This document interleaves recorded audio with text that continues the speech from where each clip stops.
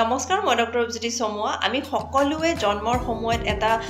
সুস্থ সবল নিৰোগী শিশু কল্পনা কৰোঁ আৰু হেতু সকলোৰে আমাৰ কাম্য কিন্তু এটা সুস্থ সবল শিশুক পাবলৈ হলে আমি প্ৰথমে কি কৰিব লাগিব প্ৰথমে আমি এগৰাকী সুস্থ মাতৃ জন্ম দিব লাগিব গতিকে এই আমি সুস্থ মাতৃ জন্ম দিয়াৰ যিখিনি আমাৰ পৰিক্ৰমা সেই পৰিক্ৰমাখিনি আমি ঠিকমতে কৰিছো নে নাই আৰু তাৰ কাৰণে আমি কি কি সাৱধানতা ল'ব লাগিব সেই বিষয়ে আজি সৰুকে কিছু কথা আপোনালোকৰ লগত শ্বেয়াৰ কৰিম আশা কৰোঁ ভিডিঅ'টো আপোনালোকৰ কাৰণে ইনফৰ্মেটিভ হ'ব যদি আপোনালোকে এই চেনেলটো এতিয়াও সাবস্ক্ৰাইব কৰা নাই কাইন্ডলি সাবস্ক্ৰাইব কৰি ল'ব আৰু যদি আপোনালোকে এই ভিডিঅ'টো ফেচবুক পেজত চাই আছে কাইন্ডলি আপোনালোকে এই ফেচবুক পেজটো ফলো কৰি দিব লগতে নটিফিকেশন বেল বাটনটো দবাই দিব যাতে সকলোখিনি ইনফৰমেশন আপোনালোকে নতুন ভিডিঅ' পাবলিশ হোৱাৰ লগে লগে পায়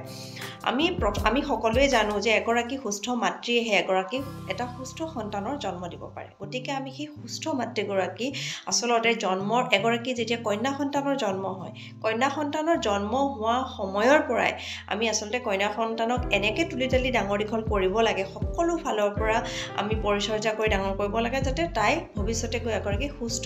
সুনাগৰিক হোৱাৰ লগতে এগৰাকী সুস্থ মাতৃ হ'ব পাৰে কিয়নো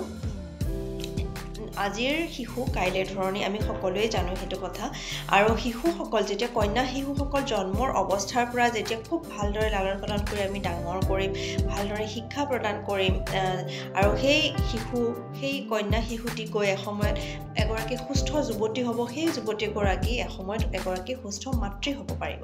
গতিকে এটা সুস্থ সন্তানৰ কাৰণে আমি এগৰাকী সুস্থ মাতৃ প্ৰথমে তৈয়াৰ কৰাটো অতি প্ৰয়োজনীয় খুব বেছি ইম্পৰ্টেণ্ট কথা এইটো আৰু এটা কথা মন কৰিব এগৰাকী ৰোগীয়া মাতৃয়ে এটা ৰোগীয়া সন্তানৰ জন্ম দিয়ে এগৰাকী সুস্থ মাতৃৰ কাৰণে এগৰাকী আমি সুস্থ যুৱতী তাৰ আগতে এগৰাকী সুস্থ কিশোৰী বা এগৰাকী সুস্থ কন্যা শিশুৰ জন্ম দিব লাগিব ইয়াৰ কাৰণে আমি সকলোৱে এটা এগৰাকী কন্যা শিশু যেতিয়া জন্ম হয় তেতিয়াৰ পৰা আচলতে আমি কন্যা শিশুটিক খুব ভালদৰে যতন কৰি ডাঙৰ দীঘল কৰিব লাগে পুষ্টিহীনতাত যাতে তাই নভোগে সেইটো কথা গুৰুত্ব দিব লাগে কিয়নো তাই যদি লং টাইম পুষ্টিহীনতাত ভুগি থাকে ভৱিষ্যতে গৈ তাই গৰ্ভৱতী যেতিয়া হ'ব গৰ্ভস্থ সন্তানটিও বহুতখিনি শাৰীৰিক অসুস্থতাত ভুগে এগৰাকী গৰ্ভৱতী মহিলাই যদি গৰ্ভস্থ অৱস্থাত কিবা প্ৰব্লেমত ভুগে কিবা অসুখত ভুগে এনিমিয়াত ভুগে বা পুষ্টিহীনতাত ভুগে সেইখিনিয়ে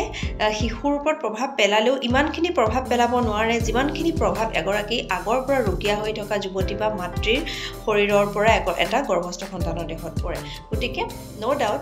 যেতিয়া এগৰাকী মাতৃ গৰ্ভৱতী অৱস্থাত এনিমিয়াত ভুগিব বা পুষ্টিহীনতাত ভুগিব তেতিয়াহ'লে এগৰাকী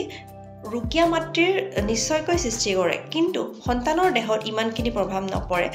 যিখিনি প্ৰভাৱ এগৰাকী আগৰ পৰা ৰোগীয়া হৈ থকা